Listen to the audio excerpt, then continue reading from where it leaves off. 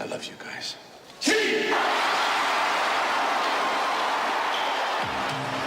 Welcome to the Torg Stories Podcast. We're recording on Sunday, June 21st, 2026. We're going to be talking again about stories we read or watched this week. But first, Ann, I think you had Friday off? Had Friday off for Juneteenth. It was very nice. It's very relaxing. Unfortunately, I had to get a new phone. My other phone, I dropped it once more, and it developed a large, a quarter-inch white line in the screen. So that made it very difficult. So I had to buy a new phone on Friday morning, which that blew. It's like $1,000. So you bought a brand new iPhone. Your iPhone was about 2 years old. Yeah, I bought it when our father died, and I broke it immediately at the airport as I was getting out of the car. But I lived with those cracks for a long time, but this crack was too much. So you've already made it longer with this phone without doing anything to it? Yeah, that's true. Good point. I have a nice case. Hopefully I won't drop it too much. All right. We're going to do the stories we read or watched again. First, I'll go real fast. And I think I only have two, even though I do maybe have a donut one for us donuts. Love it. Down the road. But so the two stories I read or watched this week, 3 billboards outside Ebbing, Missouri, that stars Frances McDormand. And then the untold story of Jeffrey Epstein's death, a New York Times exclusive by Charles Homan, Steve Etter, Jan Ransom, and Michael Rothfield. I link. We'll talk more later. You go. What did you read or watch this First, week? I just wanted to mention I too read the Epstein article. Unknowing that you were going to read it as well, because I was interested. I read the infamous San Antonio love triangle that ended in murder by Katie Vine, and that was in the Texas Monthly. Love their true crime, great true crime magazine. Kylian Mbappe is scoring all the goals and taking all the heat. This is an older, well, I guess not that old, but it's a Vanity Fair story. I read that because I really didn't know anything about Mbappe. Widow's Bay, Apple TV, the final episode. I know I've talked about Widow's Bay before, but this was the finale of season 1, so I wanted to mention it. And that was it. All right, I look forward to it. Let's start with, I'm glad you did I'm totally dropping it. Where did you read the infamous San Antonio love triangle? Texas Monthly. Like I said, I subscribe to Texas Monthly, even though it has a lot of Texas news I don't care about, but it has some great long form reading. So Ann's brought that up, so I'm glad that you gave us one of these stories. And I linked to that at thetorg.com, and I do believe that the trick where if you hurry up and hit print as PDF, when you click on it, you can read it. I think Eventually I would run out of stories, but I did save it, but I wasn't able to read it yet. Busy week, took my team, Watauga, to 2 events. So, all right, Ann, tell us about the story. Okay. I knew nothing. I don't really know anything about San Antonio. It was also called the 3 Emmas, which I found to be interesting. San Antonio apparently used to have a beer magnet, be it like a center of beer production, if you will. And there was a beer called Pearl Beer. I've never heard of it. This is like around the early 1900s. And hit the Pearl Beer. I have trouble saying that. Pearl Beer. Beer. I was just trying to see if I could do Those 2 words saying together is confusing to me. His name is Otto Kohler, obviously a German immigrant, I guess. Killed by one of his mistresses in 1940. And it's also called the 3 Emmas. Why? Because his wife, his mistress, and his second mistress all named Emma. Pretty interesting, right? Yeah. Okay, so... And if you have a thing for a certain name, what would it be? Gosh, I don't know. You know what just popped in my head, and I don't know why. Shane. Oh, okay. Shane. Not Howie. Known as Shane. I did know a Shane in high school, but that was not somebody Not else a love attracted interest. to. Yeah, Okay. yeah. But I'm actually kind of thinking of that Western, I guess. Shane. It's kind of a cool name. Right.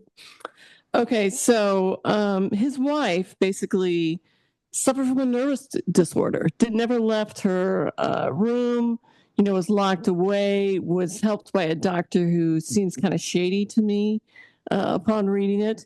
Anyway, they were on a trip to Germany or something, and he picked up a nurse, actually, who turned out, transformed into his mistress.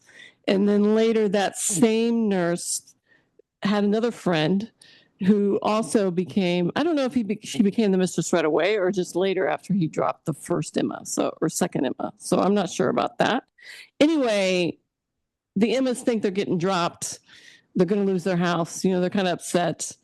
And some things happen, and he ends up getting shot by one of the Emmas. The rest of the... You don't know which Emma it was? We do. We do know which Emma shot him. Yeah, we do. The second Emma. Yeah.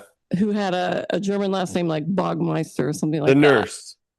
Right. I think both of them were nurses, but yes, the second one. Otto, he knew his lane. Because the first Emma got married and so stopped hanging with Otto. And so the second one said, hey, I'm here. Let's pick it up. But the Emmas lived in a house before she got married together that Otto paid for. Anyway, they thought they were being dropped. He ends up dead. The whole town of San Antonio seems to kind of try to cover up this murder, mainly because Prohibition is coming. I don't know what years Prohibition came, but early 1400s or early 1900s, I guess. Look it up. Why don't you? Be useful. Prohibition's coming. They're worried about beer.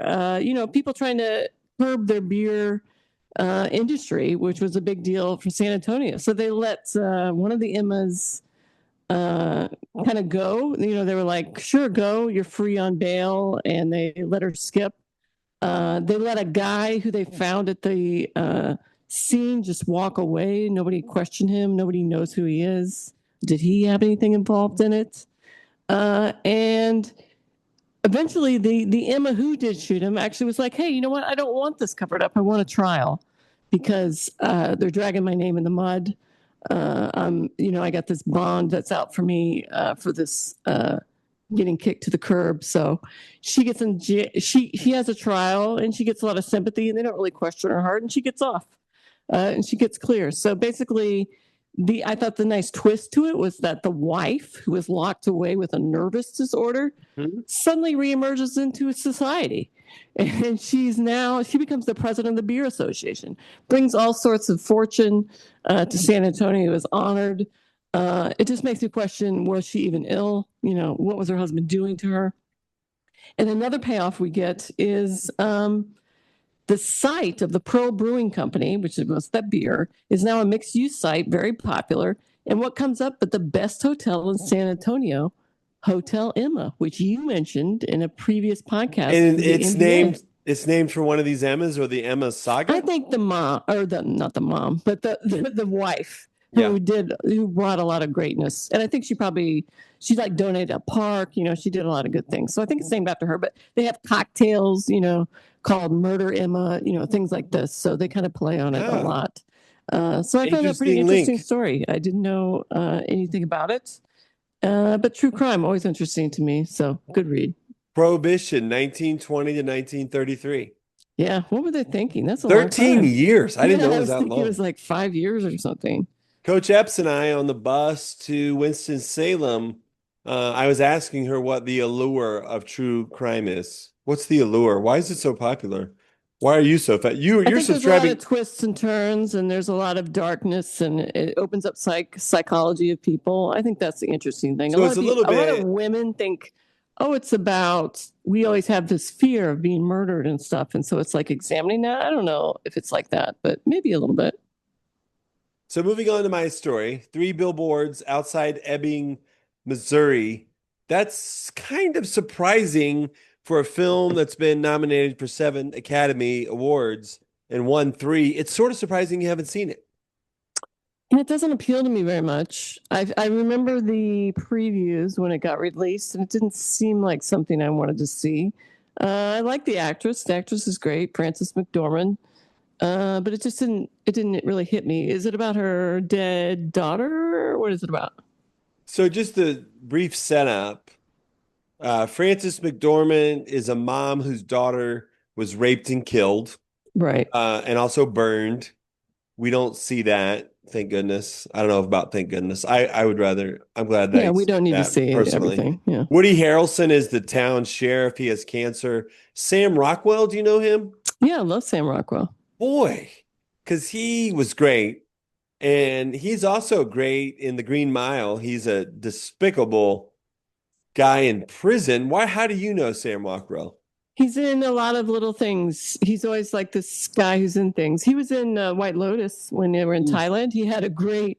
He like enters an episode maybe 6 or something, and he does some great work in that. He's terrific, and his partner, who he's been with a long time, she stars in that whole season, but he just kind of drops in for a couple episodes. And then Peter Dinklage, who I know from Elf and I Care. Game of Thrones, yeah. Yeah, I don't watch. Right. I knew Game of Thrones. I didn't really watch Game of Thrones, but so those are some of the people in it. I think to say a few things about how the film works, and I highly recommend it.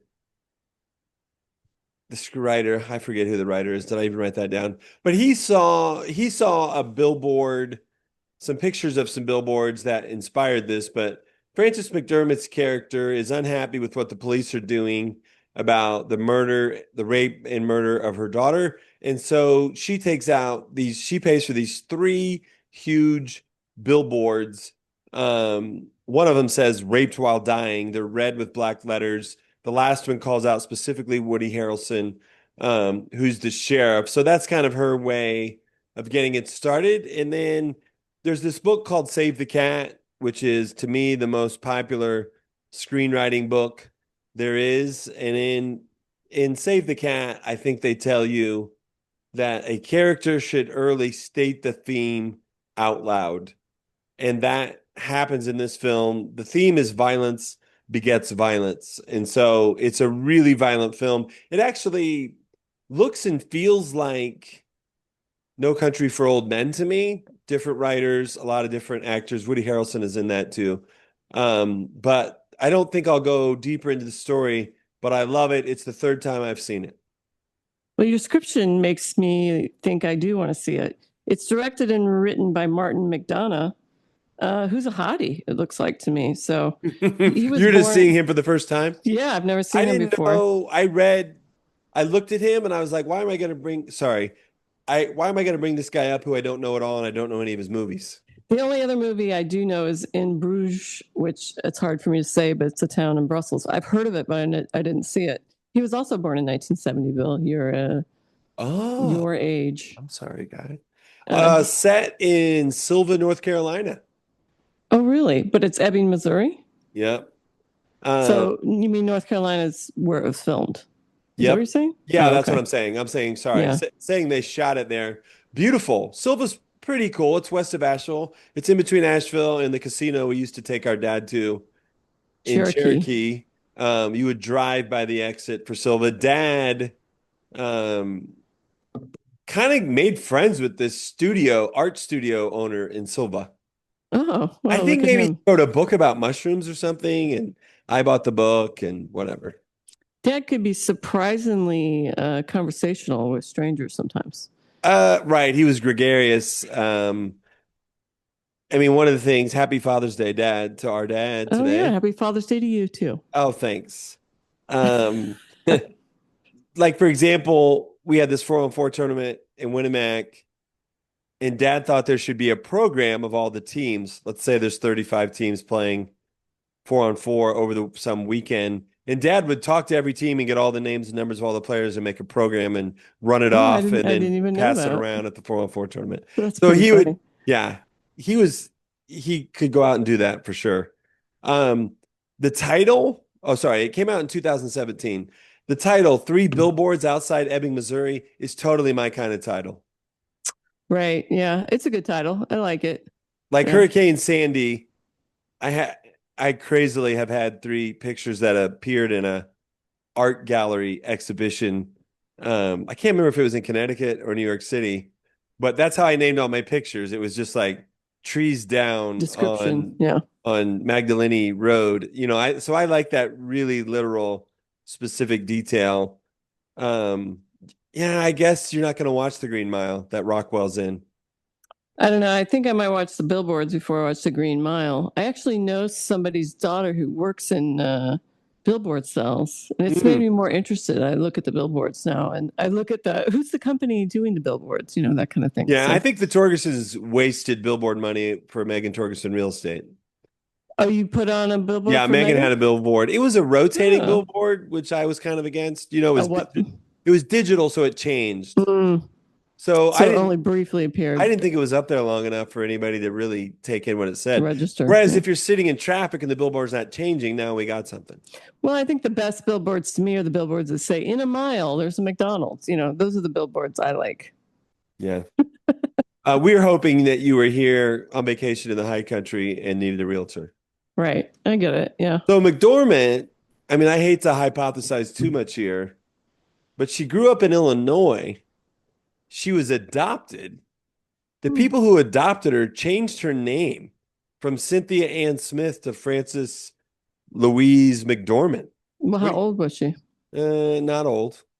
Yeah. Well, that's okay if she wasn't too Her old. dad was a Disciples of Christ preacher. Oh, And there was some sketchy stuff in there. I won't, it's Wikipedia, so you're not, right. I don't know. I'm mostly. Did it say she fled from that, or did it say she's embraced it? I think of her as an idiocentric person. I would say there was a suggestion of some messed up stuff that helps her bring the intensity she brings to her roles. Right. Because she's right. She's in this is really intense. She was great in this. So married to Joel Cohen, I guess everybody knows. Not everybody knows. Right. Yeah, I definitely knew it. Have you seen surely you've seen Fargo? Of course. Yes, she was so great in Fargo. Yeah, love Fargo. Fargo's amazing. Amazing. Yeah. So funny in Fargo. So to me, this kind of here's a little path for her. I mean, I think you can picture you and I, and we've sort of traveled interesting paths to get to professor at App State and working for a architectural design firm in LA. I mean, that's not the ordinary path of people born in Winnipeg. Sure. Yeah. So she goes from moving around the Midwest with her preacher father, in the South, Tennessee. I think there's some Tennessee in there. And then she goes to Yale School to go to drama.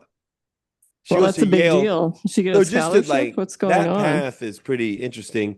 And then I watched that on HBO Max. Right. We love the Max. We'll see how long I keep it. Yeah, you should watch it. I got a notice in the emails today that my Peacock yearly renewal is coming up. And I'm like, do I want to do this again? It's like $170. I mean, what? Oh, my gosh. Because I was doing it by year for some reason. I think I got a big deal. Peacock's got quite a few sports. It does. That's why I bought it in the first place. So I'll probably keep it. But it's they have WNBA in the summer, and then they have Sunday Night Football. It's probably why they have NFL too, and they have lots more. NFL. I'm sorry, they also have NBA. Is what I meant to say. Yeah. Oh. Yeah. Well, I hope you buy it. Okay, we'll see. We'll see how it goes. All right. So what I've watched. I'm sorry, I was skipping one. So I read Vanity Fair. Vanity Fair came with my Vogue membership. Really, hopefully nobody from work listens to this. I was a little bit bored, and I really dove into some archives of the Vanity Fair because I needed something to read. And I read Kylian Mbappe is scoring all the goals and taking all the heats. Basically a cover story prior to the World Cup about one of the soccer's leading stars. Kylian Mbappe, I don't know if you even know what his face looks like or who he is. Not his face. I know his name. I don't know his face for sure. Do you know what team he plays for? No. Oh my gosh, you don't know anything. He plays for France. He's the French leader of the team. He basically I shouldn't say because I don't know for sure. I want to say he's of African descent. His father is from Africa. His mother is from Africa. I think one of his mother maybe is a French-born person, but she has African descent. So they come from the suburb of Paris that's very African, very well known for producing some really great soccer stars. So there's a lot of tension about, you're an African guy representing France, old school France. He left home at 14, like a lot of European stars do. I mean, Luka probably left home. Yeah, Luka left home early, I suppose. He won the World Cup at 19 in 2018, which was a big deal. The kind of the big controversy, I guess, in his soccer life is that he used to play for PSG. I could pronounce it for us all, but I don't think I will. Paris Saint-Germain, something like that. So it's the big team in Paris, right? He played for years for them. Then he went to Real Madrid, which is a huge super team in Spain, Madrid, obviously. And then what happens the very next year? PSG wins the Champions League, and they win it again this year. So they've won two times in a row. I don't want to describe to you what the Champions League is. Maybe you know because of Ted Lasso. I I do don't know know. because it's Ted Okay. Lasso. That's Well, right. they won twice, and so everybody's like, "Yeah, Mbappe left, and we won. Look at that." Oh, I have heard this because it was the Bill Simmons Ewing theory thing. Right. So the point is, is he is too selfish a player. He is brilliant. What's going on? So this World Cup is kind of really important.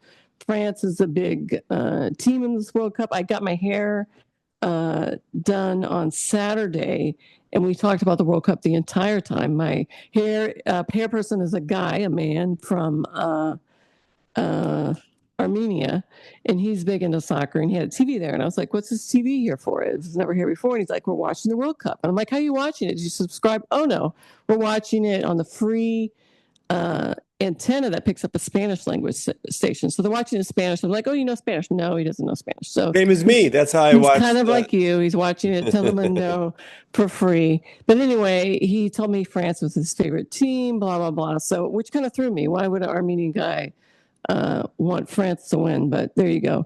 So Mbappe did score I think he scored twice actually in the opening game for France. So they're still looking good. So it'll be interesting to see how far he gets. He's not very old. But we're seeing if he's going to live up to his all his promise, basically, as one of the richest, highest paid soccer stars in the world, You've Kylian been Mbappe. following the World Cup pretty closely. I've been watching all the games, Bill. I just was watching a game and it was pretty boring. Today's game is not a fan of today's games. One thing you and I do that I think is unique compared to other people I've met as I've gotten relationships, etc., is we're pretty determined to get our money's worth. Right. I bought that 1999 monthly pass for Fox One. Right. So even if I don't want to watch the game, I have it on at least in the background. It's the number one reason I think you'll watch the Billboards movie because you've paid for HBO Max. Yeah, I paid for HBO. I need to get my money's worth. I did walk and wash some dishes here, and while I was washing dishes, someone scored. This kind of thing always happens, right? It's like 0-0. Someone scores when I step out of the room and wash my dishes. I did read an article about the water breaks. Oh yes, the hydration breaks is what they say. Yeah. Yeah, I don't mind them. I think it's cool because it gives a break. The coaches are over there opening up computers, pointing out things. You don't get that much in soccer, right? They just do there's no commercials, thing. right? Yeah, they're shouting from the side. So now maybe there's a little more tactical. I don't mind it, but I'm not a soccer purist. I don't know. No, I think it's just people think it's just commercial. Yeah, I guess they used to have hydration breaks, but only if it met a threshold, like it's 85 degrees and 85% humidity. But see, now, I did know some stuff. Yeah, now hydration breaks are being given for everyone. So, and I heard the German team went to an Ella Langley concert. Did they really? Oh, that's interesting. They were. I think the story I heard was the German team came and was posting. Oh, the first thing they were going to do is listen to country music.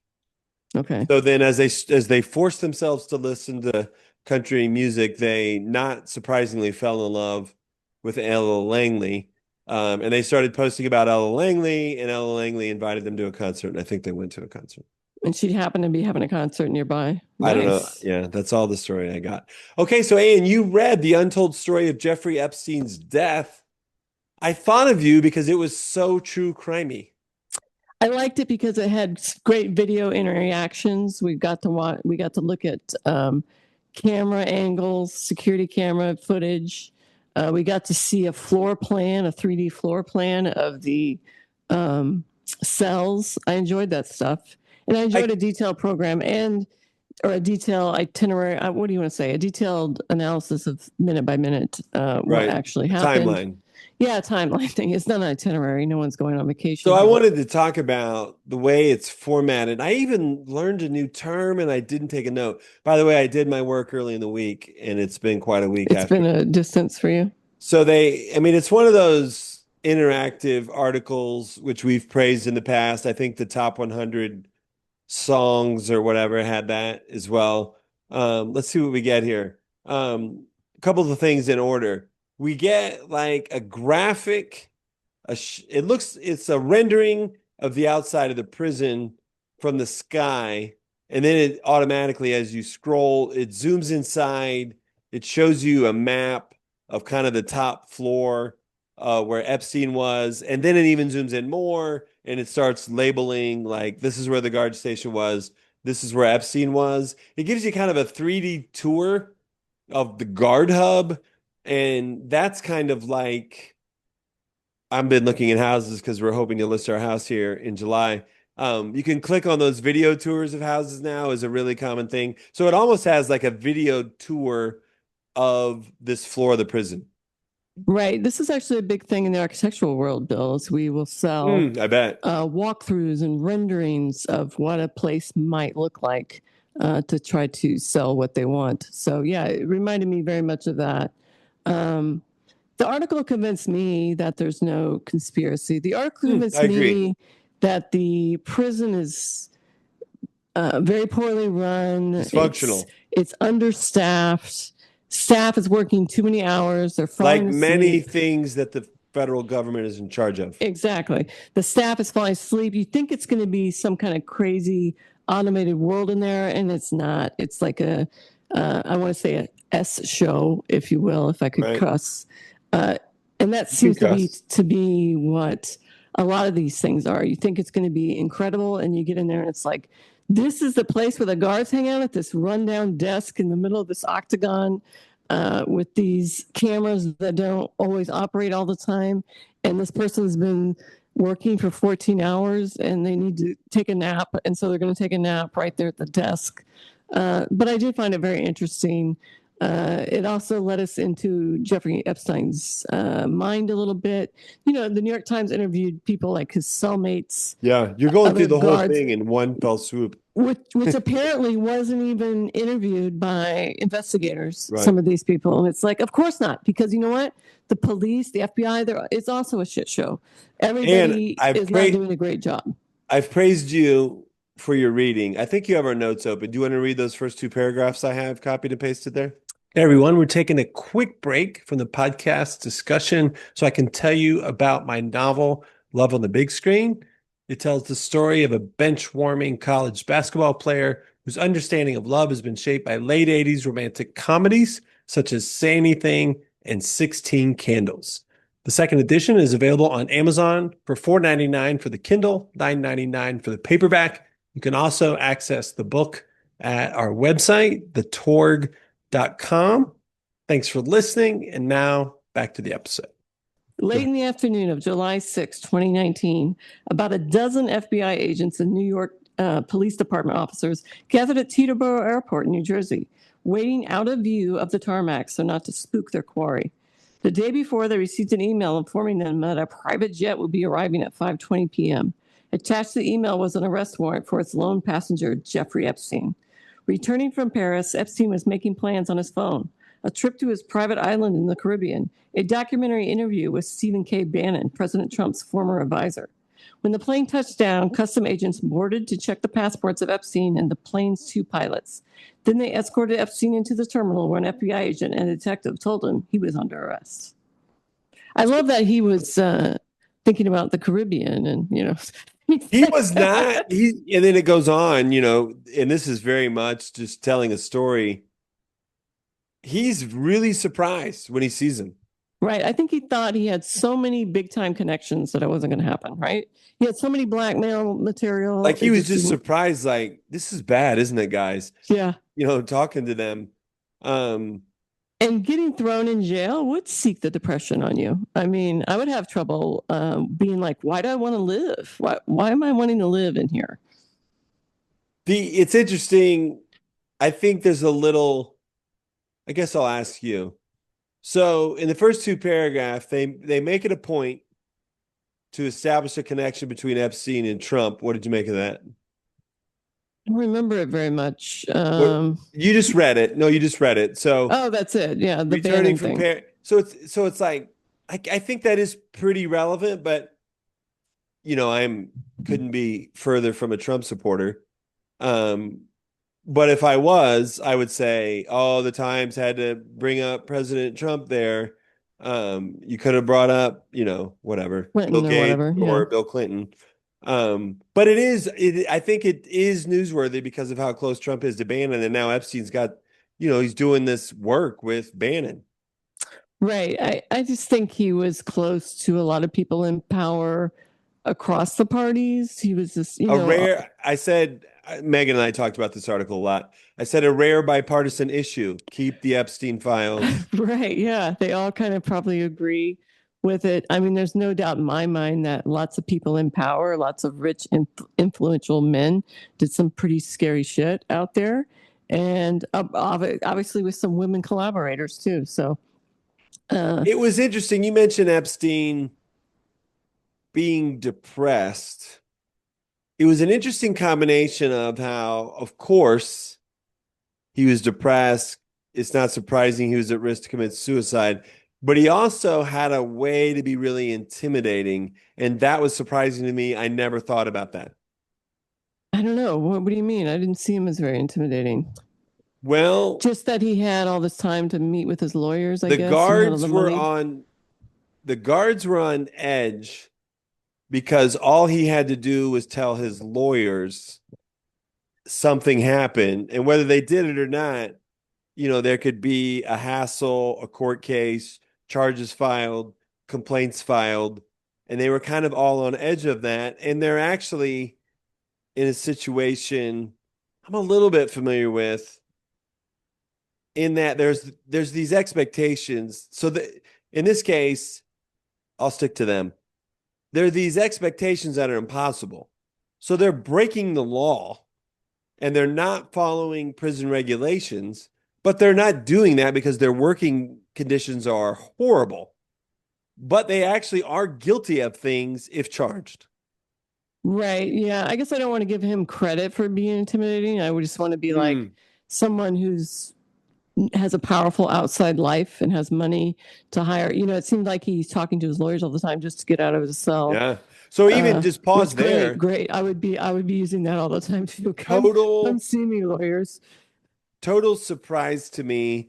Never thought of it. It sounded like, since he could pay lawyers to be there all day, he could wake up, go visit with a lawyer, do that until it was time to go to bed, and then go back to his cell. And then go back to his cell. I would just have assumed there were some limits on that. Yeah, like you can meet your lawyer for 2 hours. But I guess if you had limit, it would be like, well, you're limiting my defense. There would be a legal. And then when prisoners had some kind of court case coming up, a sentencing, maybe a parole meeting, they were the candidates to be put with Epstein because they had motivations for Epstein to live. Right. They didn't have motivations to hurt him, or because it would hurt them and it would hurt their possibility of getting out, which definitely makes sense. I mean, to me, the worst thing about being in prison would be like, who the heck are they going to put me in the cell with me? Is it going to be someone that will be a nice person, or probably not? Right. So he seemed to be in with there was three different prisoners who were pretty concerned about him, mostly for selfish reasons. But there's an ex-cop that murdered 4 people, conflicting stories. So I really recommend this article again, the Torg.com. We link to it. There were things I would have never thought about when it came to prison that were surprising to me. Right. One of the things I was really interesting to me was like a shot after they had a photograph of after he was dead, and it's like the scene. Oh, right. I don't know, 500 pairs of sheets. I mean, how many sheets did we give this guy? Are we begging him to hang himself? I don't get it. Right. Piles and piles of bedding. Is what I'm saying. Literally like someone dumped a couple loads of laundry in this like little a load cell, of laundry, and it's just everywhere. Yeah. Now, maybe I do think it's possible that. I mean, how many places could there be to tuck things, though? Right. I think they gave it to him to avoid trouble, but they're not supposed to give him that many sheets, and that many sheets absolutely did help him figure out how to make a noose and kill himself. I was thinking how dark. Trigger warning, how dark this podcast is with violence begets violence on the billboards. Right. Your Emma murder story, and then now we're on Epstein. I also was pretty surprised that they would give him a CPAP machine to help him sleep. Well, if you medically need it, they probably have to give it to you, right? I don't know. I guess I didn't think of, I guess I don't quite know what it's just something you wear if you sleep apnea, snore kind of. People have problems with the restricted airflow when they're sleeping, and this opens it up. I hope to never have to have a CPAC. That's my dream.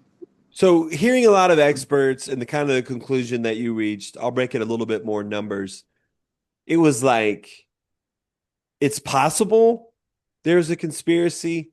It would have been a massive conspiracy of a whole bunch of people because of having to get through various levels of the prison, and there's only one set of keys and all this stuff. So it seemed like 85% he probably killed himself, 15%, maybe not even 15%, No, right? I would say like 2% that he was killed, which I don't believe at all. And then 98%. First of all, I'm not a conspiracy person. I know conspiracies do exist and they're carried out, but conspiracies almost give too much credit to human beings. Conspiracies require the participants, a bunch of participants. If you can keep the conspiracy down to a handful, then you're more successful. But worldwide conspiracies like hiding aliens and stuff like that, it's requiring the participation of so many people that would break. That's one thing that Obama said. There was those clips going around where they said Obama admitted there was aliens. But he said there's no way the government could keep a secret like that. Right. Yeah. The government can't, we can't win a war. I mean, but maybe he's chuckling when we say that. Yeah, maybe he's saying these fools. I don't know. But all right, I'll read the last two paragraphs of this just to kind of, again, I don't think it ruins anything and it gives you a little bit of a flavor of it. In the end, the autopsy photos were like everything else in the Epstein case, offering more possibilities than conclusions. Every question was easier to ask than to answer. It made the case the perfect petri dish for conspiracy theories, a space in which nothing could definitively be proved wrong as long as someone wanted to believe in it. It is fitting, then, that the last known image of Epstein alive appears to be a brief fragment of surveillance camera footage at 7:49 p.m. on August 9th, the last full day of his life after his final phone call as he was led back to his cell for the last time. In it, he is little more than a silver head of hair, visible for a split second, stripped of his wealth and influence, reduced to something vague, elusive, a blur, a ghost. He is there, and then he is gone. Right. And, even though I don't believe in conspiracy theories, I definitely believe lots of people were happy he was gone. Oh, right. No trial to be had. Yeah, good writing. It was really interesting. I enjoyed the story. It was a good story for sure. All right, and you've got one more? I got one more. Apple TV, Widow's Bay, perhaps the best series of the year. I know it's a little early. I almost want to watch it again because I feel like I've missed so many funny moments. The whole season? Yeah, because it's like the humor is so dry that maybe I've missed some of it, But anyway, the last episode, I want to say 10, terrific, wonderful twists, 2 twists, big twists at the end, because I was like, it got renewed. What are they going to do? How can they do this? Well, with the twists, I totally see it. It was really good. I read a little bit about the creator, which is a woman creator. We love that. Creator Katie Dippold. She apparently was a writer for Parks and Rec. To me, the big thing that she did, Bill, was write The Heat. Have you ever seen The Heat? Not Heat, The Heat. The Heat with Melissa McCarthy and Sandra Bullock. One of the I think I have seen comedies. It. Yeah, I love that comedy. I think it is funny, right? Yeah, the whole Irish family thing. I love that. Great comedy. So she wrote that, and she just did such a terrific job with this. All the acting's terrific. It made me laugh. It was kind of poignant. It has this older lady who's supposed to be in her 90s in it. That was really, she said some. And we're talking about Widow Bay, not The Heat. We're talking about Widow's Bay. Yeah, Widow Bay. Bay. We're talking about that. It had a lot of nods to Lost, which is a great series. One of the famous shots of The Lost is when they have a shot of a round cylinder with a ladder going straight down into the ground. And they're like, what's down there? And they had that shot in this movie. Or, I'm sorry, in this TV show. So the nods were funny and good. Really good. Just a terrific show. Everyone should watch it. Maybe I will. That could be something we talk about. It's like when we know the Apple subscription is coming because Ted Lasso. Right. Ted Lasso 4? I think so. Maybe 4 or 5. I think it's 4. Right. I tried to watch Cape Fear. I watched one episode. I was like, I don't really love it. And then I started to watch the second episode, and it was like skipping. It was like it wouldn't play correctly. And I tried several times, and I was like, well, that's it. It doesn't want me to watch it, and I don't care for it. So. I think as far as playback error, Apple has the most problems. Oh, do they really? Oh, okay. It's if I have something glitch out in the mountains with my internet, it's Apple first. Okay, so for Apple, I've moved on to Slow Horses, which is a spy series. I like spy series, and I've opened up season 2, and so far so good. Gary Oldman. Yeah, I was telling you before we hit record, I'm almost done with an essay that goes so deep into donuts that we might have to talk about it. Okay. It could be a shared an essay, or you're writing it. No, I'm reading it. Okay. You haven't had the feeling to write an essay on There's donuts. A bunch of stuff I think we could talk about. Not all about donuts, but it has so much potential that we might have to do it. So I'll have to finish it up, and I'll let you know. All right, Ann, good to see you. Good to see you. Thanks. Enjoy your World Cup. Yeah, no World Cup. I start kids camp this week, Monday through Wednesday. 1-on-1 tournaments, 3-on-3 shooting competitions, and then that'll wrap up my summer coaching obligations for the most part. In 2 weeks, I'll be off to Poland. Oh, wow. Yeah. And to see Bad Bunny. To see Bad Bunny, you betcha. All Maybe right. Auschwitz, too. Bad Bunny and Auschwitz. Thanks for listening, everybody. Bye-bye.